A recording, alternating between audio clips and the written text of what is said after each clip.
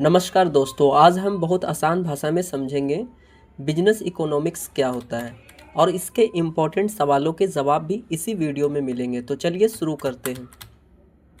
तो सबसे पहले आते हैं हम पार्ट 1 में, व्यवसाय अर्थशास्त्र का मतलब क्या होता है। तो सबसे पहले सवाल आता है, ये बिजनेस इकोनॉमिक्स की परिभाषा क्या है। इसका आसान जवाब, जब किसी व्यवसायी के पास समय और संसाधन कम हो तो वह इनका सबसे अच्छा उपयोग कैसे करे ताकि ज़्यादा मुनाफा कमा सके। यही सिखाता है बिजनेस इकोनॉमिक्स। ये हमें बताता है कौन सी चीज़ बनानी है, कितनी बनानी है और किस दाम पर बेचनी है। यानी यह विषय व्यापार को सही रास्ता दिखाता है। अब आते हैं हम लोग पार्ट 2 की तरफ। 3 मुख्य आर्थिक समस्याएं क्या होती हैं, अर्थशास्त्र की मूल समस्याएं क्या होती हैं। तो इसका सरल जवाब दिया जाए तो हर देश और हर बिजनेस को 3 फैसले सबसे पहले लेने पड़ते हैं। अब कौन कौन से फैसले, अब एक बेसिक एग्जांपल से भी समझाऊं आप लोगों को। तो अगर कोई बिजनेस स्टार्ट करना चाहते हो आप, तो 3 समस्याएं आएगी। क्या क्या आएगी, सबसे पहले क्या सोचोगे बेटा, क्या उत्पादन करें, यानी कि कौन सी चीज़ बनानी है। यानी क्या बनानी है, मान लेते हैं हम बिस्किट बनानी है, मोबाइल बनानी है, कपड़ा बनाना है, दवाई बनाना है। तो सबसे पहले क्या डिसीजन हम लेंगे, क्या उत्पादन करें। फिर उसके बाद आता है कि कैसे उत्पादन करें, यानी सोच तो लिया हमने, अब इसको कैसे बनाएंगे। तो बनाने में क्या हम लोग यूज़ करेंगे, सबसे पहले क्या कहा, सस्ता तरीका, यानी कि सबसे सस्ता देखेंगे कि कैसे बनेगा ये चीज़। अगर बिस्कुट ही ले लिए तो सबसे सस्ते तरीके से कैसे बनेगा, तभी तो मुनाफा ज़्यादा कमा पाओगे। यानी कि सस्ता तरीका कौन सा है, सस्ता तरीका कौन सा है, मशीन से बनाएंगे या मज़दूर रखेंगे उसके लिए। बन जाने के बाद क्या करेंगे कि किसके लिए उत्पादन करेंगे, हम बना किसके लिए रहे हैं, लोगों के लिए बना रहे हैं, जिनको नीड है, जिनको ज़रूरत है। यानी कि क्या ये चीज़ अमीर खरीदेंगे या मध्यम वर्ग के लोग खरीदेंगे या आम लोग खरीदेंगे। सीधे शब्दों में समझा जाए तो संसाधन कम है, ज़रूरतें ज़्यादा है, इसलिए ये 3 समस्याएं हमेशा रहती है, चाहे आप कोई सा भी बिजनेस स्टार्ट करें। तीसरा आता है अवसर लागत। ये एग्ज़ाम के बिहाफ से सुपर इम्पोर्टेंट टॉपिक है, यानी कि ये एग्ज़ाम में आपको देखने को मिलेगा ही मिलेगा। अब एक और बहुत इम्पोर्टेंट सवाल ये है कि अवसर लागत क्या होता है। सिंपल एग्जांपल से सबसे पहले हम समझाते हैं। मान लीजिए आपको भूख भी लगी है और मूवी भी देखनी है, ठीक है।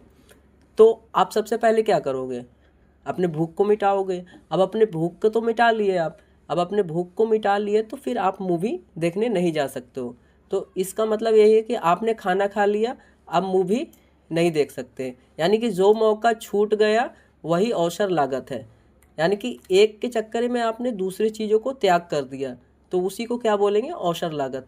मतलब एक विकल्प चुनने पर दूसरा अच्छा विकल्प छोड़ना पड़ता है। अब आ जाते हैं पार्ट 4 की तरफ। इसमें क्या है, पीपीसी यानी प्रोडक्शन पॉसिबिलिटी कर्व। ये भी एग्ज़ाम के बिहाफ से बहुत ही इंपॉर्टेंट सवाल है और ये लॉन्ग टर्म में भी आ जाता है या तो शॉर्ट फॉर्म में भी आ सकता है। तो ये क्या होता है, पीपीसी एक ग्राफ है।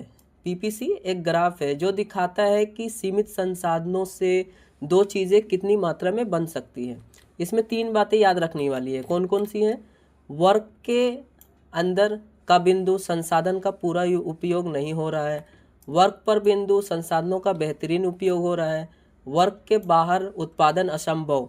और सबसे ज़रूरी बात, पीपीसी अवसर लागत को भी दिखाता है। यानी एक चीज़ ज़्यादा बनाने के चक्कर में क्या होता है, दूसरी चीज़ बनानी पड़ती है, यानी कम बनानी पड़ती है।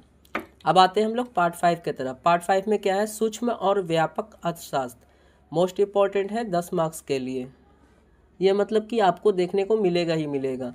अब आते हैं मतलब कि सूक्ष्म और व्यापक अर्थशास्त्र में क्या अंतर होता है। तो सबसे पहले हम देखेंगे सूक्ष्म अर्थशास्त्र क्या होता है। छोटे स्तर की पढ़ाई होती है ये, जैसे एक ग्राहक, एक दुकान, एक कंपनी। छोटे स्तर की एक वस्तु की कीमत कैसे तय होती है। अब व्यापक अर्थशास्त्र क्या होता है, बड़े स्तर की, जैसे पूरे देश को इंक्लूड करेगा, जैसे जीडीपी हो गई, महंगाई हो गई, बेरोजगारी हो गई, कोई विषय की आप चर्चा ले लो, देश की अर्थव्यवस्था की स्थिति बताता है। कौन बताता है, व्यापक अर्थशास्त्र। अब सरल भाषा में अगर समझे तो सूक्ष्म का मतलब क्या होता है, छोटा, यानी कि छोटा हिस्सा। व्यापक का मतलब क्या होता है, पूरी अर्थव्यवस्था। अब आते हैं पार्ट 6 की तरफ। बिजनेस इकोनॉमिक्स का दायरा क्या है, यानी इसका स्कोप क्या है। बिजनेस इकोनॉमिक्स का दायरा क्या है, इसका मतलब यह है कि किन किन चीज़ों को कवर करता है ये बिजनेस इकोनॉमिक्स।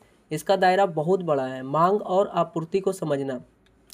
मांग और आपूर्ति से मतलब क्या है, जैसे कि मार्केट में जिस चीज़ की मांग चल रही है वो चीज़ आप अगर मैन्युफैक्चर कर रहे हो तो वो उसकी कीमत भी यानी कि ज़्यादा रहेगी मांग के हिसाब से।